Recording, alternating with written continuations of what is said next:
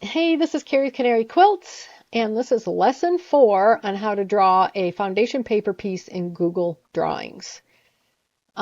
Today, we're going to get to the point where we're going to build and make this little block. Not build, print it, and then sew together this little block so that you can learn how to do foundation paper piecing if you're new to it. This is the last lesson I have as of right now. I'm hoping to start going into blocks that have more than one section, like this is a one section block, and how to determine how to do that. But this is a good start to foundation paper piecing and drawing out some foundation paper piecing in a free program.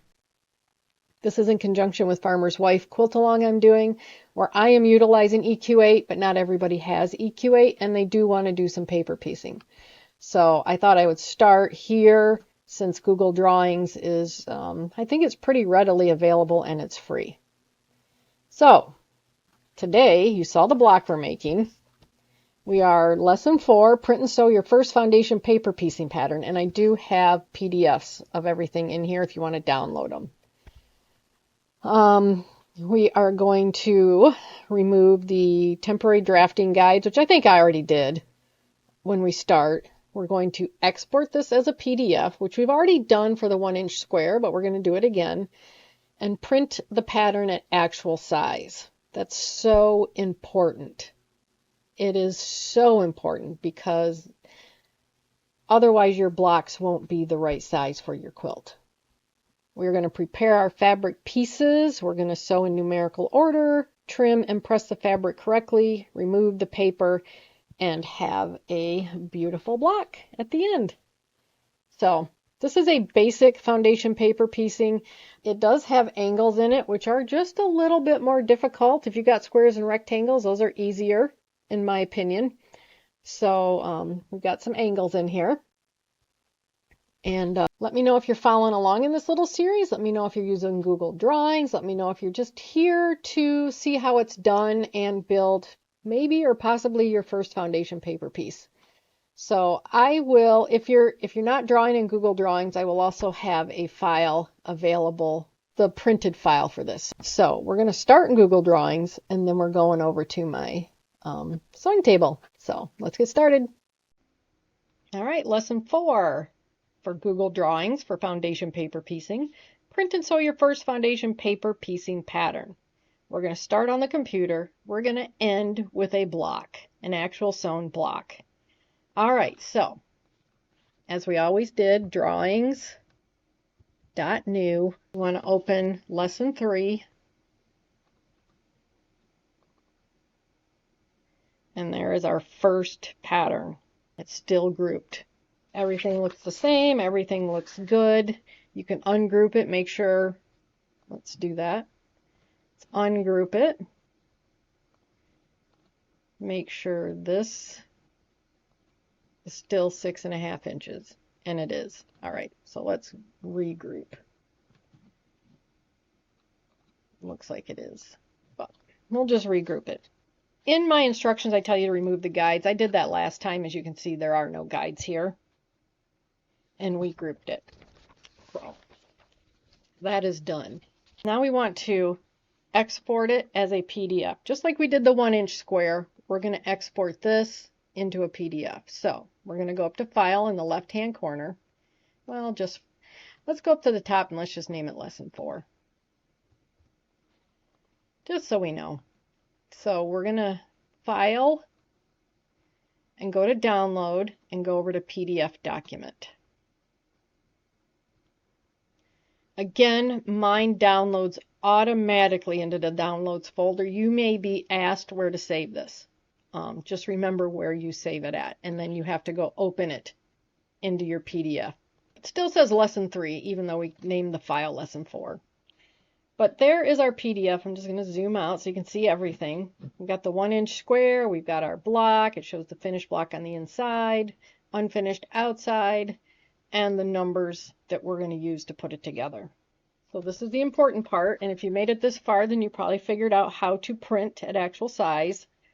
We want to print our file I want my actual printer, which I named Canary Quilts printer. You may just have the make and model of your printer in there. And right here in the middle, it says actual size. That's what I want.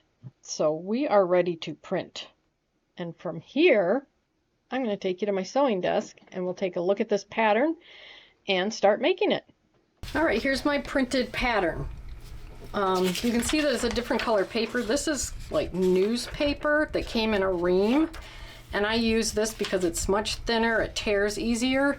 You can use copy paper, it's just a little heavier. I will have a link to this down in the description.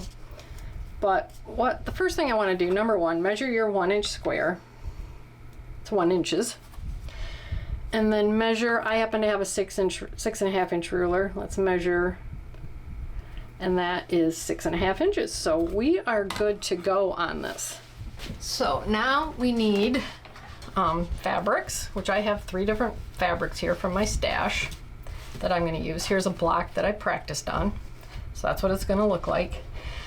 To figure out what size of piece you need, first thing, one thing you can do, I do it when I have a complicated piece of paper piecing. You can lay this over and kind of cut out what you need. That's one way of doing it. Another way is you can measure. So we know we have a 6.5 inch square. So if I were to cut a 6.5 inch square on the diagonal, I would have a piece that would fit perfectly in this, but that doesn't work because we have seam allowances. And when you have a diagonal cut, I find that I need a little bit bigger piece. So when I did this piece, I cut a 7-inch square and cut it on the diagonal, and it just seemed a little too small. I didn't want to work with it. So I cut an 8-inch square and cut that on the diagonal. 8-inch square cut on the diagonal. And then for these pieces, and I'm basically going off the fact that I'm adding to the 6.5 inch square to get this side. For the pieces 1 and 2, they're going to be the exact same thing. So what I want to do is I'm going to put my 1/2 inch line on that seam line, and I'm just going to keep pushing it out here till I hit a 1/2 inch away from this corner. And I'm a 1/2 inch away, so I'm at 5 1/8. So if I go out to 5 1/2, I can do a 5 1/2 inch square and cut that on the diagonal. So 5 1/2 inch square, COD. 5 1/2 inch square, COD. So I'm going to get those cut, and then we will have the pieces ready to go.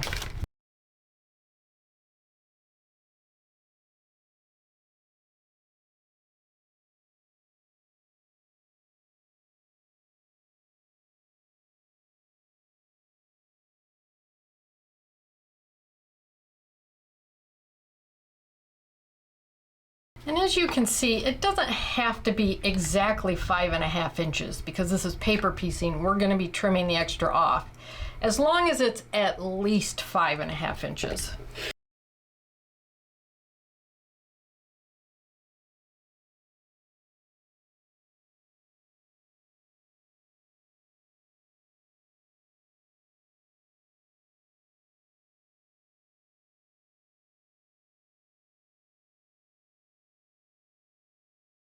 I've got my 3 pieces, and yes, I have cut these extra big.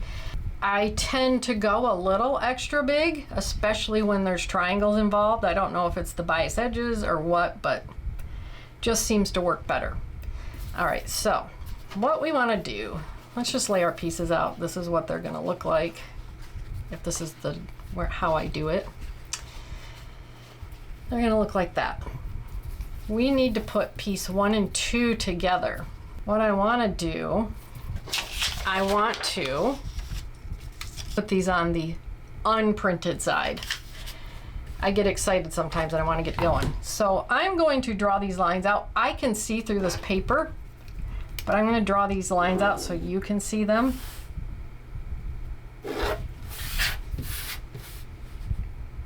And And when I get over to my machine, I can see through this paper. These are the outer unfinished corners. So we've got 1, 2, and 3. So I'm going to put 1 on the unfinished or the unprinted side. And I want to make sure that I can't see the corners, which I can't. You can see that I'm over 1/4 inch on this seam line, and if you fold this back, I'm more than 1/4 inch there. So I'm just going to take glue. You can use tape, you can use a pin. I'm just going to put a little glue, and that will hold it in place. So number 2 is going to go over here. So we want to put right sides together, and we're just going to line it up like that. So now we can go over to our machine. Again, you can pin it, and we're going to sew on this line right here. So let's head over to my machine. All right, I'm over here at my machine. Since I had to carry this over here, it got off. I think what I'm going to do is I'm just going to throw a little bit of glue. I don't usually work with big pieces like this. In this seam allowance, just a little bit, and inside that seam allowance, just to get it stuck down so it doesn't scooch on me when I take it to the machine.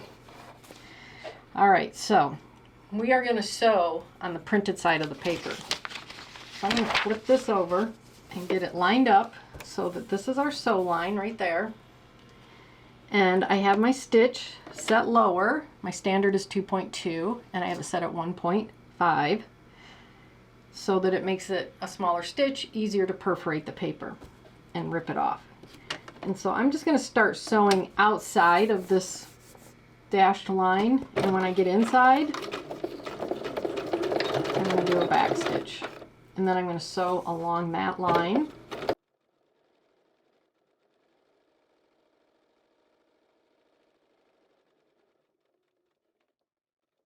And when I get to the intersection between the two lines, I'm going to put in another back stitch.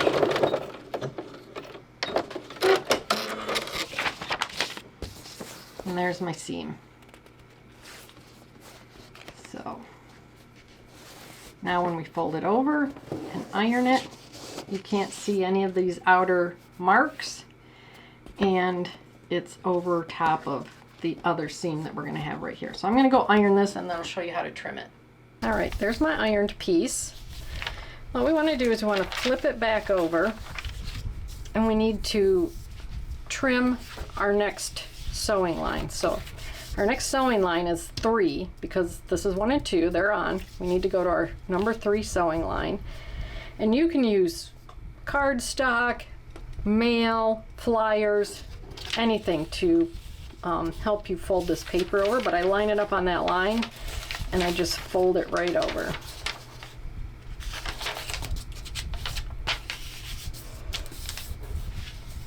I use an add a quarter ruler because it has this lip, so that when you put it down here, it just hits right up against the cardstock I'm using. You can use a regular ruler. And then you just trim it. That was pretty close with a 1/4 inch. And then you've got your 1/4 inch seam allowance. So if you do use a ruler, you just would put it up here, put your 1/4 inch on the edge, and then do that. So there we go. We have our 1/4 inch seam allowance. Now we're ready for our big piece right here. So what we want to do is line it up right sides together. And I kind of eyeball this corner and this corner, plus I'm past these edges right here, so I've got plenty of room. And then I think what I'll do is grab my glue stick and glue it there and there, so that when I walk around over to my machine, it won't shift on me. And then we're going to sew on this line. All right, I'm over at my machine. That glue, sticking that glue on the edges helped. It didn't shift at all. I'm going to flip it over and put it under my machine. And I'm going to sew on this line, starting outside of the dash lines, back spacing when I get inside them.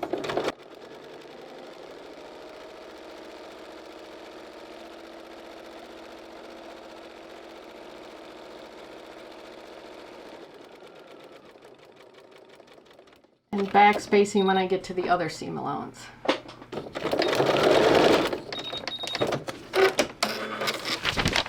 So that's pretty close. That's okay though. So now I can fold this over and iron it, and then we'll go trim it up.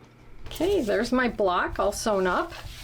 I'm going to flip it over. You can use whatever ruler you want, but you want to trim on the dash lines. Do not trim on the solid lines. Those will be your sewing lines in the future. We want an unfinished block. I'm just going to put my 6.5 inch ruler on here.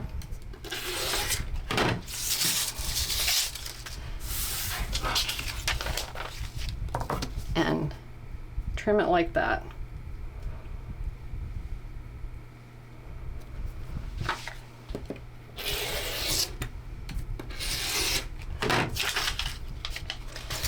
And I mean, this is all that I have for scraps, so I don't feel like I'm, you know, by making such a big block and cutting it off, that you're really using that much fabric. But anyway, there's the block, and that's how you do a simple one section paper piecing in Google Drawings, printing it out, and then actually sewing it together. So that's a pretty simple one with one section. Some paper pieces have multiple sections, and I will try to show you that in the future, but this will give you a good start on how to paper piece. Let me know what you think. Let me know if you do anything differently. And I hope this helped you in very basic paper piecing in the very beginning. So hit the subscribe button, notification bell, and you can get videos like this in the future. I hope to expand this series, but this is, I just wanted to get a start on how to draw a paper piece and then how to get it into an actual block. So you could, if you want, just rip these pieces off and see how easily they rip. I did not show you that. They just come right off. And that's what the back of your block looks like, and that's what the front. So let me know what you think, and I appreciate you, and I'll see you in the next video. Bye. Say bye, Jingles.